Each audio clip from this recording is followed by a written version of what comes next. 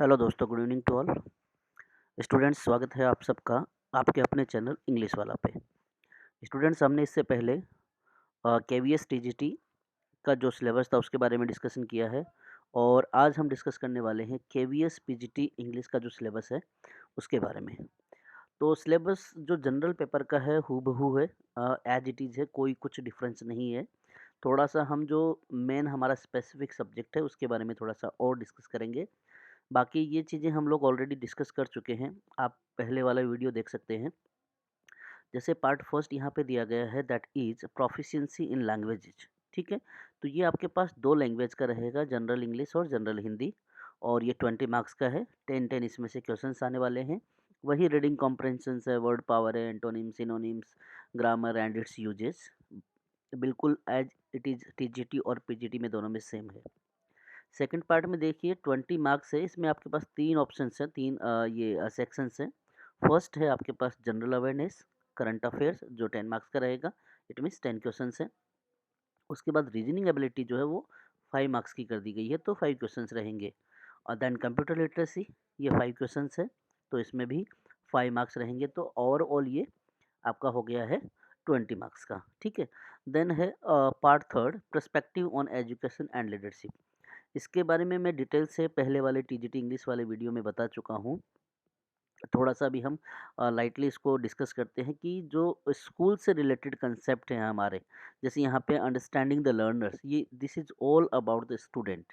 उसके नीड क्या है, उसका साइकोलॉजिकल बिहेवियर क्या है, उसकी चैलेंजेज़ क्या है, और उसके बाद उसका जो एनवायरनमेंट क्या है, उसके बारे में हमसे क्वेश्चन पूछे जाएँगे। बी वाले सेक्शन की बात करें तो अंडरस्टैंडिंग द टीचिंग लर्निंग, उसमें आपके पास अलग अलग पार्ट्स हैं, जिसमें रोल ऑफ टीचर है, रोल ऑफ लर्नर है। ये आपको चाइल्ड पेडागोजी की बुक में, या हमने जब बीएड किया था तो उसमें हमने ऑलरेडी पढ़ा है। तो आप एक अच्छी चाइल्ड जो साइकोलॉजी की बुक है उसमें से इसको तैयार कर सकते हैं।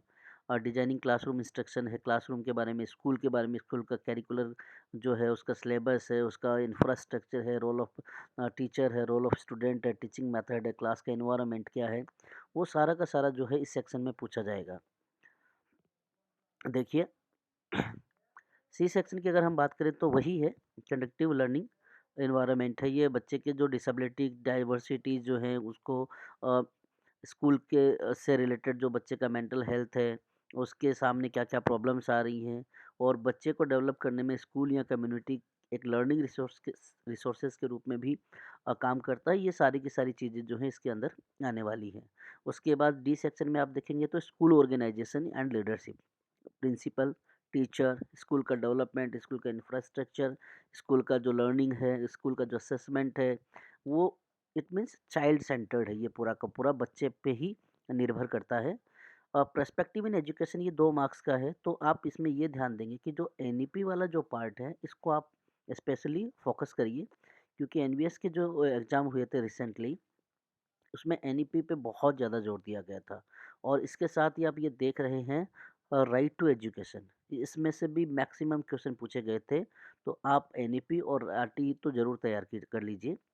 देन बात करते हैं हम स्पेसिफिक सिलेबस की, जो आपका 100 मार्क्स का रहेगा। ये टोटल पेपर जो है वो 180 का होगा। 80 आपका जो पूरा general awareness, computer, child pedagogy, ये सब होने वाला है, और 100 मार्क्स का जो है वो आपका सब्जेक्ट का है। ठीक है, सब्जेक्ट की अगर हम बात करते हैं तो ये देखिए, टीजीटी वाले में मैंने आप लोगों को बताया था कि जितना भी सब्जेक्ट है वो आपका क्लास 6 टू 10 जो एनसीईआरटी की सीबीएसई की बुक्स हैं, केवीएस और नवोदय की, उनमें से पूछा जाएगा। तो सेम यहाँ पे भी है, क्लास 11th और 12th, ये देख लीजिए आप।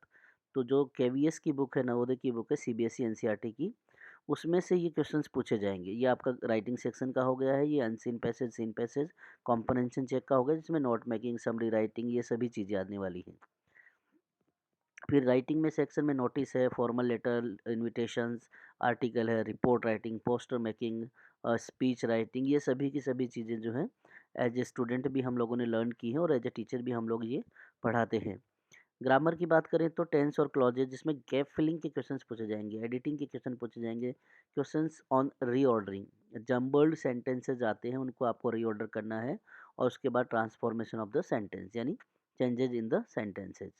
अब यहाँ अगर मैं बात करता हूँ पोर्ट्रेट ऑफ लेडी, जहाँ आपको दिखाई दे रहा है, ये जो सेगमेंट है, ये आपका क्लास 11th से पूछा जाएगा, ठीक है? और ये दोनों का दोनों जो पार्ट है, ये क्लास 11th जो सीबीएसई की बुक्स चलती है एनसीईआरटी की, उनमें से आप अ, देख सकते हैं, ठीक है? और जो लास्ट लेसन वाला जो पार्ट है, ये पूरा का पूरा जो है वो क्लास 12th की है। जो क्लास 12th के बुक्स हैं, क्लास 12th के जो चैप्टर्स हैं, वो आप वहाँ से तैयार कर सकते हैं। हालाँकि इसमें ये कहा गया है कि जो application of this concept, in questions का जो कंसेप्ट होगा, वो that the level will be the post graduation level, ठीक है?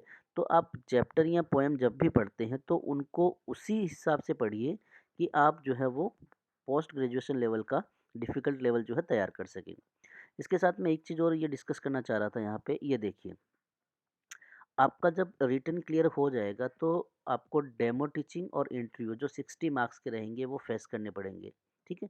जिसमें आपका 30-30 रहेगा। डेमो क्लास मतलब आपको वहाँ पे क्लास में पढ़ाना पड़ेगा। 2012 में मैंने केवी का इंटरव्यू दिया था, तो उस टाइम पे सिंपली, हालाँकि वो डेमो टीचिंग के अंदर नहीं था, बट मुझसे बोर्ड पे क्वेश्चन करवाए गए थे डायरेक्ट इनडायरेक्ट के, और एज अ डेमो टीचिंग मुझसे करवाया गया था। उसके बाद मेरा जनरल इंटरव्यू भी हुआ जिसमें मुझे पर्सनल बातें और सब्जेक्ट से रिलेटेड बातें पूछी गई थी। तो ये आपका 60 मार्क्स का होगा, 30-30 इसको डिवाइड कर लीजिए।